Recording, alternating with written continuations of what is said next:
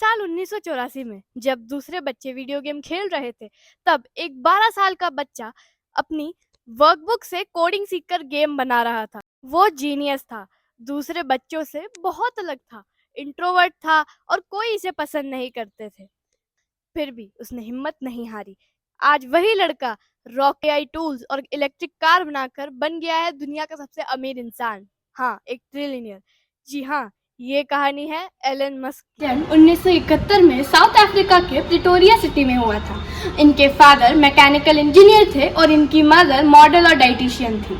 Musk को बचपन में एक बीमारी थी, वो ट्रांस की सिचुएशन में चले जाते थे। उनके आसपास क्या हो रहा है उनको हल्की सी भी भनक नहीं लगती थी। इस बात से घबराकर उनके पेरेंट्स उन्हें डॉक्टर के पास ले गए। पहले डॉक्टर को लगा क्या पता इनको कोई सुनने की बीमारी होगी, लेकिन ट्रीटमेंट के बाद उन्हें पता चला कि मस्क का दिमाग नॉर्मल बच्चों की तरह काम नहीं करता। इनका दिमाग एक सुपर कंप्यूटर की तरह काम करता है।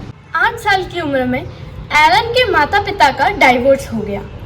एलन ने उनके फादर को चूज किया। फिर एक दिन एलन अपने फादर के साथ मॉल में घूमने गए, तभी उन्हें वहाँ पे एक कंप्यूटर दिखा।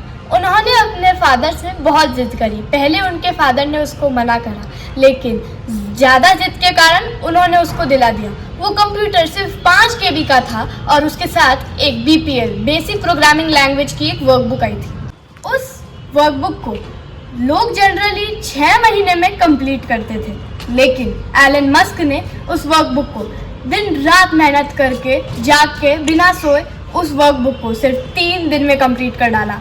और उसी वर्कबुक और उसी 5 KB वाले कंप्यूटर से उन्होंने एक वीडियो गेम बना दिया जिसका नाम था ब्लास्टर।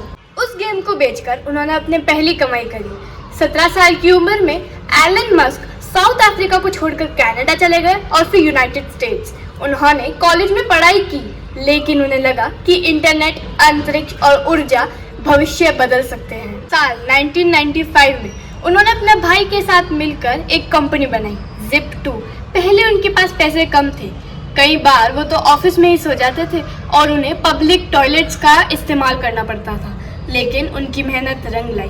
कुछ सालों बाद कंपनी Zip2 करोड़ों डॉलर में बिक गई।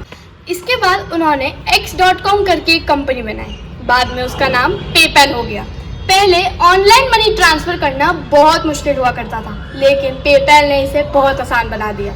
कुछ सालों बाद पेपैल करोड़ों में बिक गई और एलन मस्क करोड़पति बन गए। लेकिन उन्होंने अपने पैसे सिर्फ खर्च नहीं करे, उन्होंने और बड़ा सपना देखना सोचा। एलन मस्क का सपना था कि लोग मंगल ग्रह पर रहें, इसीलिए 2002 में उन्होंने SpaceX की शुरुआत करी।